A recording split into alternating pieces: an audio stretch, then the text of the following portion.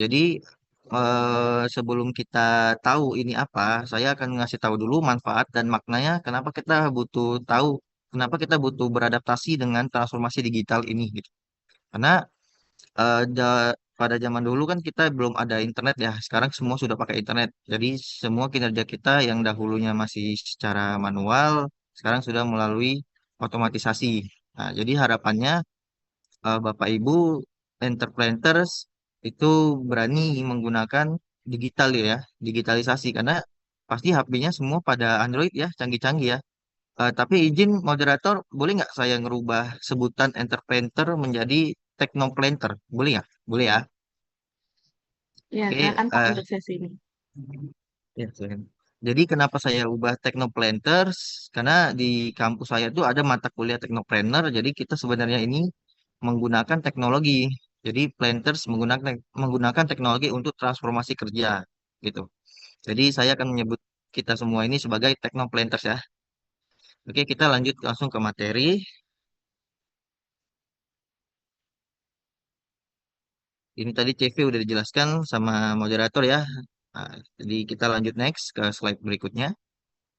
Oke, slide yang selanjutnya adalah dunia sedang berubah. Kita hidup di masa ketika data lebih cepat dari kabar, dan keputusan tidak lagi dibuat berdasarkan tebakan, tapi dari pola dan prediksi. Dunia perkebunan pun tidak bisa lepas dari perubahan ini. Nah, contoh nyatanya seperti apa? Eh, Kalau zaman dulu, sebelumnya saya kasih tahu dulu, data itu apa? Data itu adalah sesuatu yang berisi informasi. Nah, jadi kalau zaman dulu Bapak Ibu mungkin bukan mungkin sih, memang pada dasarnya mencatat sesuatu seperti bibit atau tanaman menggunakan kertas. Nah, kertas itulah yang berisikan data-data informasi yang akan kita simpan. Nah, sekarang kan sudah zamannya digital, ya. Jadi semua bentuk file itu bisa kita jadikan sesuatu hal yang eh, menyederhanakan proses kerja kita, gitu. Jadi kenapa data lebih cepat dari kabar? Contoh, misalnya Bapak Ibu ke kebun. Nah, jadi ketika kita menemukan daun kuning di satu pohon dan kita nggak tahu pohon berikutnya apakah ada daun kuning lebih dari tiga atau dari lima, pasti kan ada ketentuannya, bukan?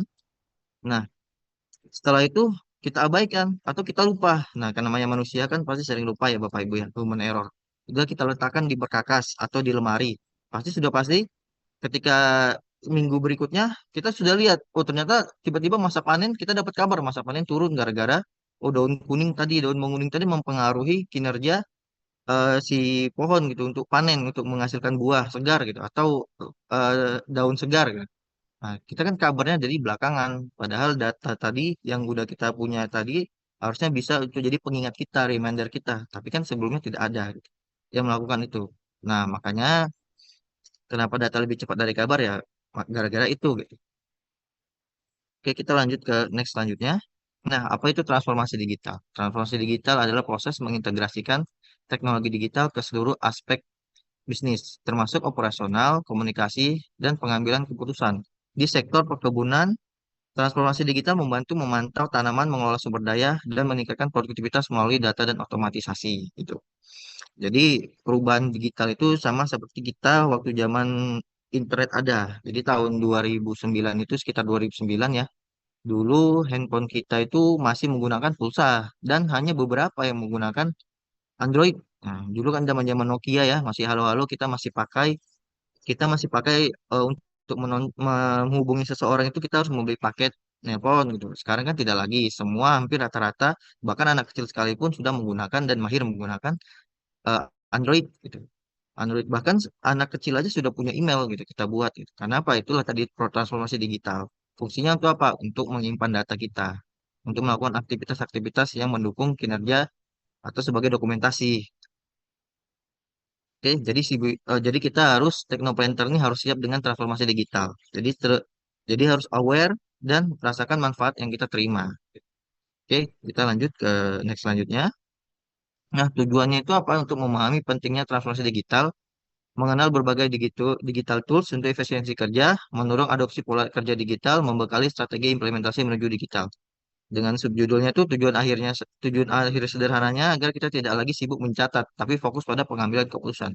Nah, contoh nyatanya seperti ini Bapak Ibu. Kalau sekarang ini ada namanya penyimpanan Google Cloud. Nah, kita semua masing-masing punya email Google. Nah, ketika kita mau migrasi dari handphone lama ke handphone baru, sudah pasti itu memerlukan waktu, ya kan? Ya, jadi